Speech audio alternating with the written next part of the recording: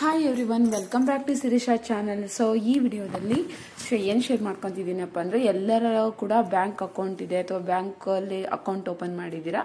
So ಅವರು ನೋಡಬೇಕಾಗಿರುವಂತಹ video ಇದು. ತಪ್ಪದೆ ನೋಡಿ, ಪೂರ್ತಿ ನೋಡಿ ಎಂಡ್ವರೆಗೂ ವಿಡಿಯೋನ.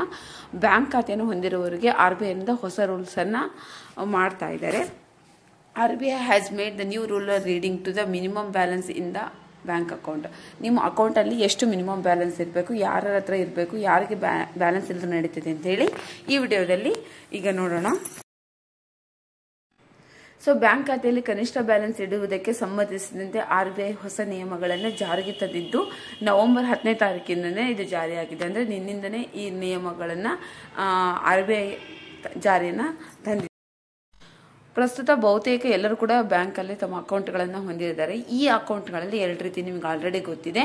ಒಂದು ಚಾಲ್ತಿ ಖಾತೆ, ಇನ್ನೊಂದು ಉಳಿತಾಯ ಖಾತೆ. ಅಂದರೆ ಕರೆಂಟ್ ಅಕೌಂಟ್ ಮತ್ತು ಸೇವಿಂಗ್ಸ್ ಅಕೌಂಟ್ ಅಂತ ಎರಡು ರೀತಿಯ ಅಕೌಂಟ್ಗಳಿರ್ತವೆ. ಅನೇಕ ಜನರು ತಮ್ಮ ಉಳಿತಾಯ ಖಾತೆಯಲ್ಲಿ ಅಗತ್ಯ ಇರುವ ಕನಿಷ್ಠ ಬ್ಯಾಲೆನ್ಸ್ ಅನ್ನು ಕಾಯ್ದುಕೊಳ್ಳುವುದಿರಲ್ಲ. ಅಂದರೆ ಸೇವಿಂಗ್ಸ್ ಅಕೌಂಟ್ ಅಂತ ಏನು ಕೇಳ್ತೇವೆ, ಉಳಿತಾಯ ಖಾತೆಯಲ್ಲಿ ಸೇವಿಂಗ್ಸ್ ಅಕೌಂಟಲ್ಲಿ ಮಿನಿಮಮ್ ಬ್ಯಾಲೆನ್ಸ್ ಅನ್ನು ಇಟ್ಟಿರಬೇಕು ಅಥವಾ ಝೀರೋ ಬ್ಯಾಲೆನ್ಸ್ ಇರಬಾರ್ದು. ಯಾರಾದರೂ ಈ ಕನಿಷ್ಠ ಬ್ಯಾಲೆನ್ಸ್ ಅನ್ನು ಕಾಯ್ದುಕೊಳ್ಳಲು ವಿಫಲರಾದರೆ, ಅಂದರೆ ಸೇವಿಂಗ್ಸ್ ಅಕೌಂಟ್ ಒಳಗ, ಉಳಿತಾಯ ಖಾತೆ ಸೇವಿಂಗ್ಸ್ ಅಕೌಂಟ್ ಒಳಗ ಮಿನಿಮಮ್ ಬ್ಯಾಲೆನ್ಸ್ ಅನ್ನು ಯಾರು ಇಟ್ಕೊಂಡಿರಲ್ಲ,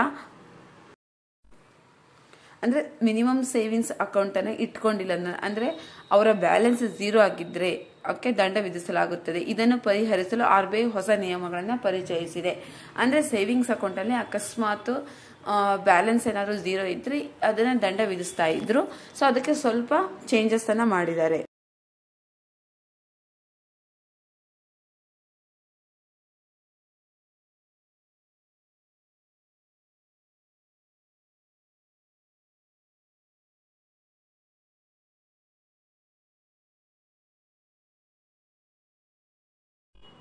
RBI ಸುತ್ತೋಲೆಯ ಪ್ರಕಾರ ನಿಷ್ಕ್ರಿಯ ಖಾತೆಗಳಲ್ಲಿ ಕನಿಷ್ಠ ಬ್ಯಾಲೆನ್ಸ್ ಕಾಯ್ದುಕೊಳ್ಳದಿದ್ದಕ್ಕಾಗಿ ಯಾವುದೇ ಶುಲ್ಕ ವಿಧಿಸುವುದಿಲ್ಲ. 2 ವರ್ಷಗಳಿಗೂ ಹೆಚ್ಚು ಕಾಲ ಯಾವುದೇ ವಹಿವಾಟು ನಡೆಸದ ಖಾತೆಗಳಿಗೆ ಕನಿಷ್ಠ ಬ್ಯಾಲೆನ್ಸ್ ಶುಲ್ಕ ವಿಧಿಸಲು ಬ್ಯಾಂಕ್ಗಳ ಅವಕಾಶವಿರುವುದಿಲ್ಲ. ಈ ನಿಯಮಗಳು ಏಪ್ರಿಲ್ 1ರಿಂದ ಜಾರಿಗೆ ಬರಲಿವೆ. ಅಂದರೆ ಅಕಸ್ಮಾತ್ ನಿಮ್ಮಲ್ಲಿ ಏನಾದರೂ ಝೀರೋ ಬ್ಯಾಲೆನ್ಸ್ ಇತ್ತು ಅಂದರೆ 2 ವರ್ಷದವರೆಗೂ ಆ ಅಕೌಂಟಿನ ಯಾವುದೇ ಟ್ರಾನ್ಸಾಕ್ಷನ್ ಅಂದರೆ ರೊಕ್ಕ ಹಾಕೋದು ತೆಗೆದು ಮಾಡಲಿಲ್ಲ ಅಂದರೆ ಅದನ್ನೇನು ಮಾಡಲ್ಲ, ಸೊ ದಂಡವನ್ನು ಹಾಕಲ್ಲ.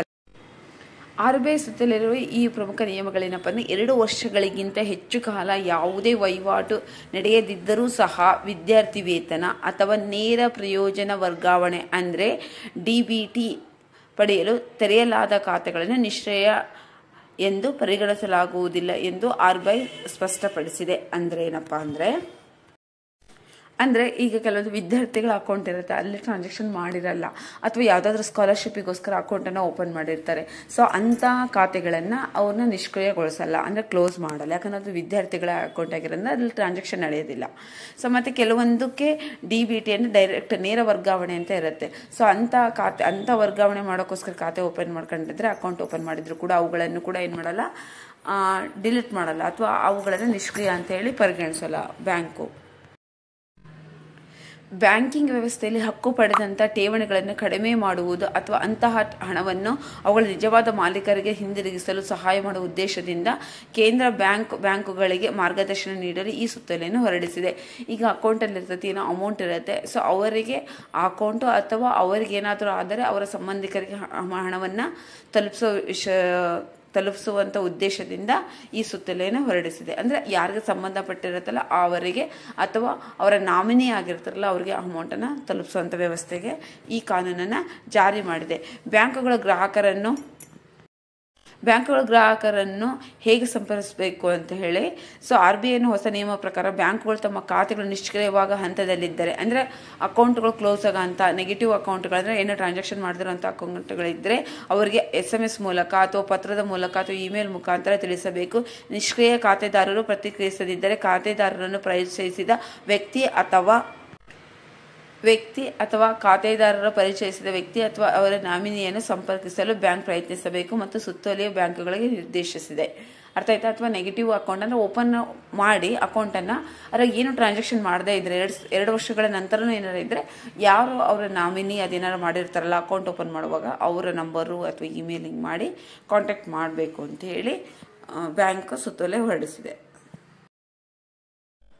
ಖಾತೆಗಳು ಪುನಃ ಸಕ್ರಿಯಗೊಳಿಸಲು ಯಾವುದೇ ಶುಲ್ಕ ಇರುವುದಿಲ್ಲ. ಈ ತರ ಏನಾದರೂ ಅಕೌಂಟ್ಗಳು ಡೆಡ್ ಆಗಿದ್ರೆ ಅಥವಾ ನೆಗೆಟಿವ್ ಅಕೌಂಟ್ಗಳಾಗಿದ್ರೆ ಅವುಗಳನ್ನ ಏನ್ ಮಾಡಬೇಕು, ಮತ್ತೆ ಆಕ್ಟಿವ್ ಮಾಡೋಕ್ಕೆ ಯಾವುದೇ ರೀತಿಯ ಬ್ಯಾಂಕ್ಗಳು ಶುಲ್ಕ ತಗೊಳಲ್ಲ, ಅಂದ್ರೆ ಅಮೌಂಟ್ ಫೀಸನ್ನು ತಗೊಳಂಗಿಲ್ಲ. ಸೊ ನೆಕ್ಸ್ಟ್ RBI ಹೊಸ ಸುತ್ತೋಲೆಯ ಪ್ರಕಾರ ನಿಷ್ಕ್ರಿಯ ಖಾತೆಗಳಲ್ಲಿ ಕನಿಷ್ಠ ಬ್ಯಾಲೆನ್ಸ್ ಕಾಯ್ದುಕೊಳ್ಳುವುದಕ್ಕಾಗಿ ಬ್ಯಾಂಕ್ಗಳು ಯಾವುದೇ ದಂಡವನ್ನು ವಿಧಿಸುವಂತಿಲ್ಲ. ಇದಲ್ಲದೆ ಅಂತಹ ಖಾತೆಗಳನ್ನು ಪುನಃ ಸಕ್ರಿಯಗೊಳಿಸಲು ಯಾವುದೇ ಶುಲ್ಕವನ್ನು ವಿಧಿಸಲಾಗುವುದಿಲ್ಲ. ಇತ್ತೀಚಿನ RBI ವರದಿ ಪ್ರಕಾರ ಮಾರ್ಚ್ 2020 ಹೊತ್ತಿಗೆ ಹಕ್ಕು ಪಡೆದಂತ ಠೇವಣಿಗಳು ಶೇಕಡ 28% ಹೆಚ್ಚಾಗಿದ್ದು 42,272 ಕೋಟಿಗಳನ್ನು ತಲುಪಿದೆ ಅಂತ. ಸೊ ಅವೇನಾಗುತ್ತೆ, ನೆಗೆಟಿವ್ ಬ್ಯಾಲೆನ್ಸ್ ಏನ್ ಮಾಡುತ್ತೆ, ಅದಕ್ಕೆ ದಂಡ ವಿಧಿಸಲ್ಲ ಅಂತೇಳಿ ಕ್ಲಿಯರ್ ಆಗಿದೆ. ಸೊ ಅದರದ್ದು ಟ್ರಾನ್ಸಾಕ್ಷನ್ ಮತ್ತು ಅಕೌಂಟ್ಗಳು ಕೂಡ ಟ್ರಾನ್ಸಾಕ್ಷನ್ ಜಾಸ್ತಿ ಇರೋದ್ರಿಂದ ಯಾವುದೇ ರೀತಿಯ ದಂಡವನ್ನು ವಿಧಿಸಲ್ಲ. ಕನಿಷ್ಠ ಬ್ಯಾಲೆನ್ಸ್ ಕಾಯ್ದುಕೊಳ್ಳೋದಕ್ಕಾಗಿ ದಂಡ ವಿಧಿಸುವುದರಿಂದ ಖಾತೆಯ ಬ್ಯಾಲೆನ್ಸ್ ಋಣಾತ್ಮಕವಾಗದಂತೆ ನೋಡಿಕೊಳ್ಳಬೇಕೆಂದು RBI ಈ ಹಿಂದೆ ಬ್ಯಾಂಕ್ಗಳ ಸೂಚನೆ ನೀಡಿತ್ತು. ಆದಾಗ್ಯೂ ಈ ಸೂಚನೆ ಹೊರತಾಗಿಯೂ ಅನೇಕ ಬ್ಯಾಂಕ್ಗಳು ಅಂತಹ ದಂಡವನ್ನು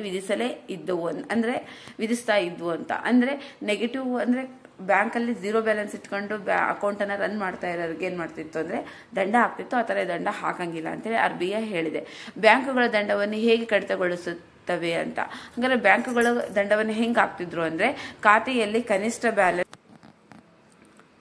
ಅಂದ್ರೆ ಹಿಂದೆ ಅಕಸ್ಮಾತ್ ಹೆಂಗ್ ದಂಡ ವಿಧಿಸಿದ್ವಪ್ಪ ಅಂದ್ರೆ ಗ್ರಾಹಕರಿಗೆ ಅಕಸ್ಮಾತ್ ಬ್ಯಾಲೆನ್ಸ್ ಝೀರೋ ಇದ್ದಾಗ ನಕಾರಾತ್ಮಕ ಬ್ಯಾಲೆನ್ಸ್ ಹೋಗಬಹುದು. ಗ್ರಾಹಕರು ಮತ್ತೆ ಹಣವನ್ನು ಠೇವಣಿ ಮಾಡಿದ ನಂತರ ಮೊದಲ ದಂಡದ ಮೊತ್ತವನ್ನು ಕಡಿತಗೊಳಿಸಲಾಗುತ್ತದೆ.